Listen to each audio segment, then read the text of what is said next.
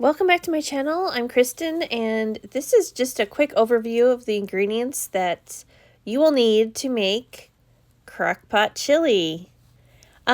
So in a skillet, heat up some oil and throw in a pound of, I used 80/20, but if you want to go leaner, go for it. I did this recipe because I don't need a full recipe for 3 people. So I halved it, and it turned out to be the perfect amount. So just brown the burger meat and then add in chopped onion and garlic, and then let the oil from the beef help to cook down the onion and the garlic. And I'm seasoning with a little bit of Lowry seasoned salt and some pepper. I didn't want to add in too much salt because I'm going to be adding in a chili seasoning mix packet, and I didn't want to overload on the salt. So I just did a little bit of the seasoned salt. So here's the McCormick chili packet. You don't have to if you don't want to do the chili packet, you could just use spices from your cupboard like cumin, chili powder, garlic powder, paprika, that sort of thing. But I'm adding these two in along with the seasoning packet just because I like those flavors. I really love cumin and garlic powder, so I wanted to make sure that those flavors were in there, heavy enough. And I'll just toss all that around, and then the meat will be ready to go in the slow cooker. Now, the recipe says to just add in everything into the crock pot and then add the meat in, but I thought I wanted to toast the spices a little bit and make them more flavorful that way, so that's how I did it. So in the crock pot, I have the crushed tomatoes, a can of ranch-style beans. You don't have to use ranch-style beans. You can just use regular pinto beans like I have here. But I thought the ranch-style beans would add some extra flavor. So that's why I chose to use those. And they're just packed in a little, like a flavorful liquid. And yeah, so that's why I use that. Anywho, enough of that. Adding in the cooked meat with the onion and the garlic and the seasoning, and then that's pretty much all there is to. Oh, wait, hold on. There's a few more things. So I'm going to add in a little bit of vinegar, of white vinegar.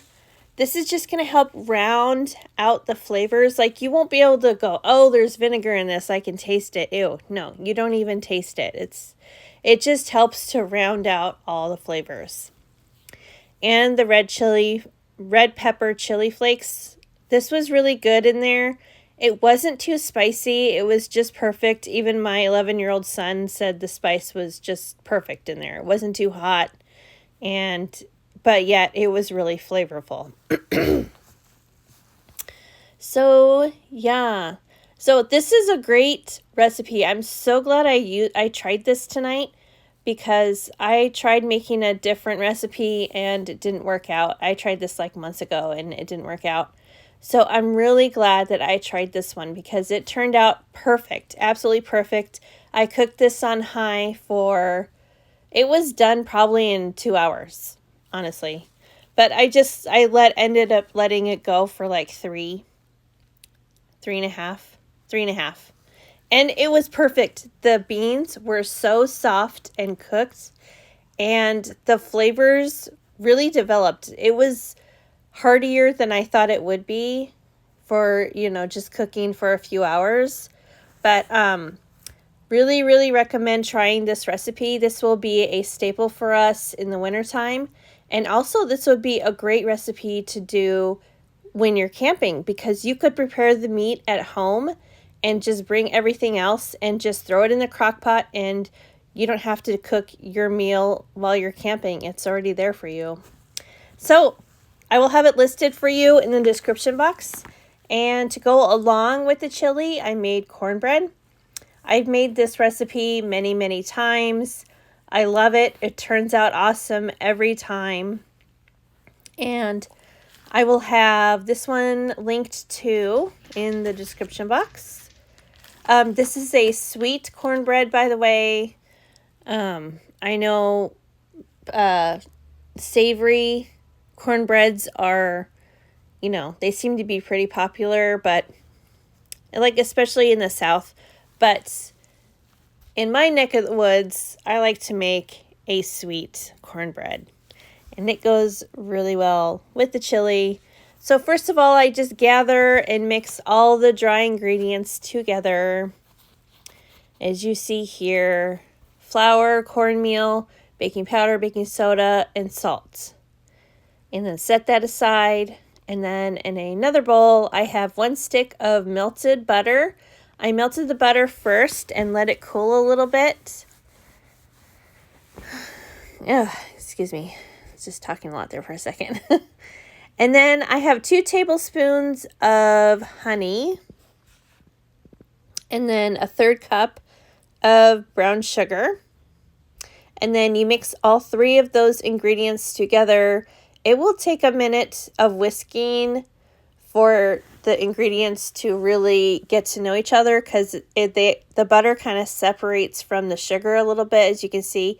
See, it's not together like it should be, but when it's properly mixed together, you will have it just like this. It'll be thick and smooth and ready to go into the dry ingredients.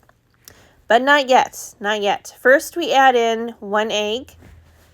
This is room temperature. Haha, it's really not. Pick out the eggshell there. I could have edited that out, but no. This is real life. Yes, it is. And then incorporate the 1 egg before adding in the final ingredients. Just getting that in there.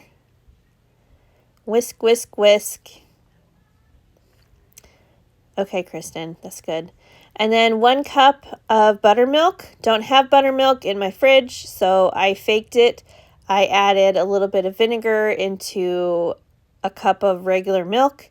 Let it sit for a few minutes, and voila, you have buttermilk. Works every time. And then you just whisk that together. We have our wet ingredients all ready to go now into the dry ingredients.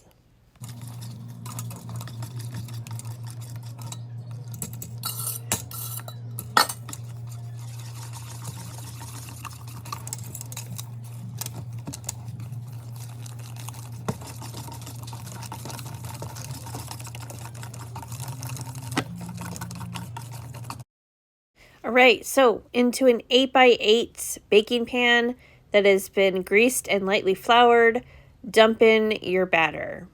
Also, the oven should be preheated to 400. I should have mentioned that in the beginning of the cornbread, but anyway. So then dump it in, shake it out. There you go.